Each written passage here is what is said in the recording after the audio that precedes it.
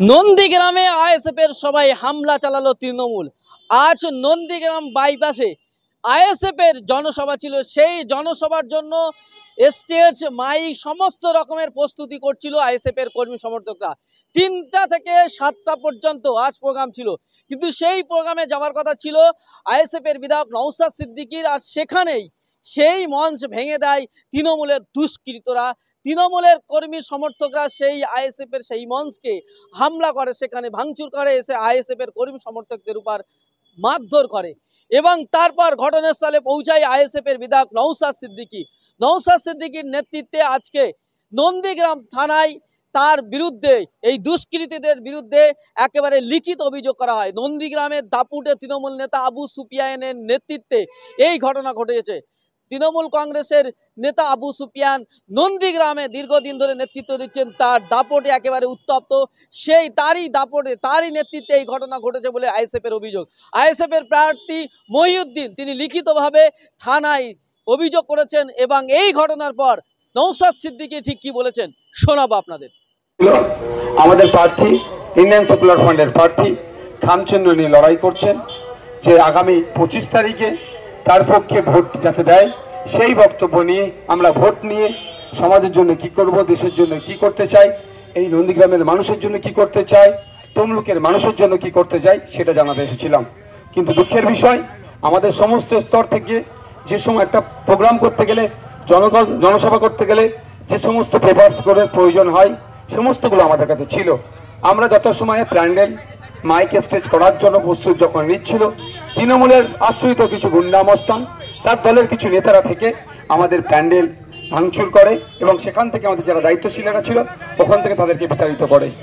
আমরা মারের বদলা মারের রাজনীতিতে পছন্দ করি না আর করবো না, কারণ চোখের বদলে চোখ যদি তুলে নেওয়া হয় পৃথিবীতে একদিন তো সবাই অন্ধ হয়ে যাবে, সেটা আমরা চাই না।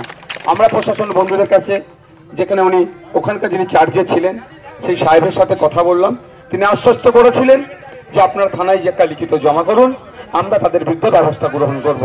তার আশ্বস্ত মতো আমরা ওখান থেকে থানায় এসে পৌঁছেছি। থানার আমাদের মাহিউদ্দিন দা, আমাদের অফিস সেক্রেটারি, আপনাদের এলাকার অবজারভার, আমাদের সবে মিরাজ সাহেবদের একটা নেতৃত্বে 3-4 জনের টিম বড়বাবুর সাথে গিয়ে কথা বলেছেন, বড়বাবু রিসিভ করেছেন, সমস্ত বিষয়টা দেখেছেন। ইভেন বড়বাবু ওই রাস্তা দিয়ে সম্ভবত যাচ্ছিলেন বা তার অফিসাররা যাচ্ছিলেন, মন ছিল সেটাও তিনি নজরে ছিল। অর্থাৎ বড়বাবু এই জিনিসটাকে ভালো চোখে দেখছেন না, এই অন্যায়টাকে দেখছেন না। কারণ আগামীকাল এখানে তৃণমূলের আর একটা মিটিং হবে, প্রত্যেকের গণতান্ত্রিক অধিকার, প্রত্যেকে প্র্যাকটিস করবে, ডেমোক্রেসিকে প্র্যাকটিস করবে যেটার মতো করে। আজকে তৃণমূলের আশ্রিত গুন্ডামস্তানরা যদি মনে করে আইএসএফকে এই প্র্যাকটিস থেকে বাধা দেবে, এটা মনে রাখবেন, দেশের আইন বিভাগ ব্যবস্থার প্রতি আমাদের ভরসা আছে। যেটা ভাবছে ক্ষমতা আছে, দাদা দিদির হাত তাদের কাঁধে আছে, শুধু তাদের একটু বলে যেতে চাই এখান থেকে যে আপনার জ্যোতিপ্রিয় মল্লিকের হাতেও কিন্তু দাদা দিদির হাত ছিল, কাঁধে ছিল।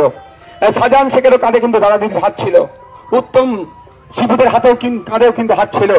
ওইদিকে পার্থবাবুরও কিন্তু কাঁধে হাত ছিল এবং অনুব্রত বাবুরও কিন্তু দাদা দিদির হাতটা কাঁধে ছিল। তারা কিন্তু প্রত্যেকের আজকে জেলের ভাত খাচ্ছে। তাই আইন আইন আইন বিচার ব্যবস্থা সবার জন্য সমান, কেউ আইন বিচার ব্যবস্থা ঊর্ধ্বে নয়।